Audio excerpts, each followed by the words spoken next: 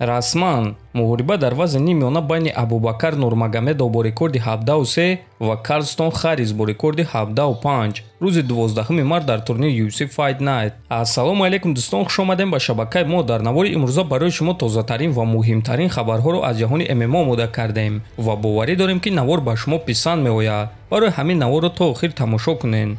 доруҳое ки айни замон шумо дида истодаин доруҳои гиёҳии босифат аз ширкати шифофармо мебошад ки шумо имконият доред ки ҳамаи ин доруҳоро бо нархи арзон дастрас кунед. доруҳо барои хунукзадагӣ ва қавӣ кардани мардонагӣ, барои фарбе ва харобшавӣ, барои ришу мӯйсарбарорӣ, барои дарди дил, дарди мушакҳо ва ҳамчунин равғани сиёҳдона ки пайғамбар саллаллоҳу алайҳи васаллам гуфта буд ки ба ғайр аз марг ба ҳамаи дигар дардҳо даво мебахшад. худи ҳозир ба номерҳои дар рӯи экран буда занг зада доруҳои даркории худро харидорӣ кунед ва ҳатман аз номи канали Паҳлавон гап занед. ҳамин гуна шумо ҳам доруҳои даркории худро ба даст меоред ва ҳам канали моро сахт дастгирӣ мекунед. ҷангвари амрикоӣ Кевин Ли боз бо ташкилоти UFC шаҳрнома баст.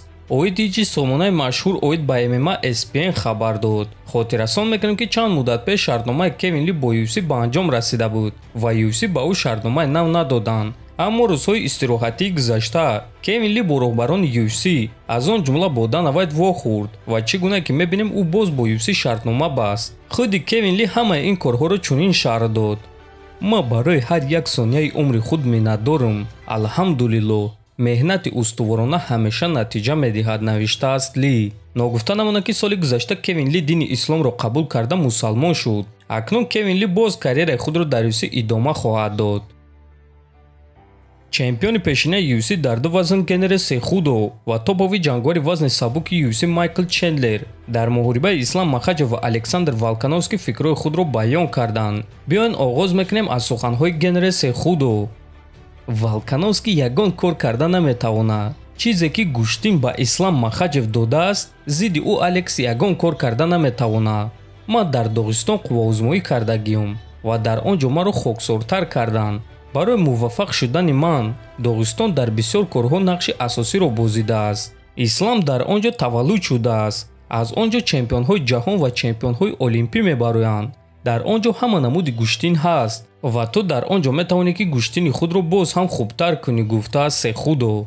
акнун дӯстон гӯш мекунем суханҳои Майкл Чендлерро. якум рақами паунд фор паунд Александр Волкановский зидди дуюм рақами паунд фор паунд Ислам Махачев.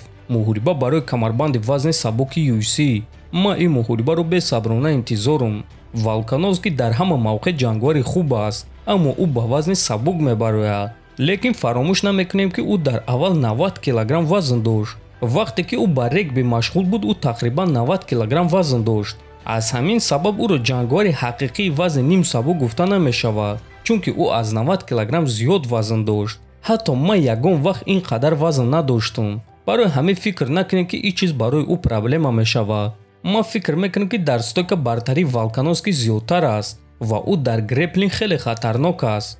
ӯ аз текдаунҳо худро хуб ҳимоя мекунад, аммо аз текдаунҳои Махачев ӯ худро ҳимоя карда метавонад ё не, ин чизро танҳо муҳориба нишон медиҳад.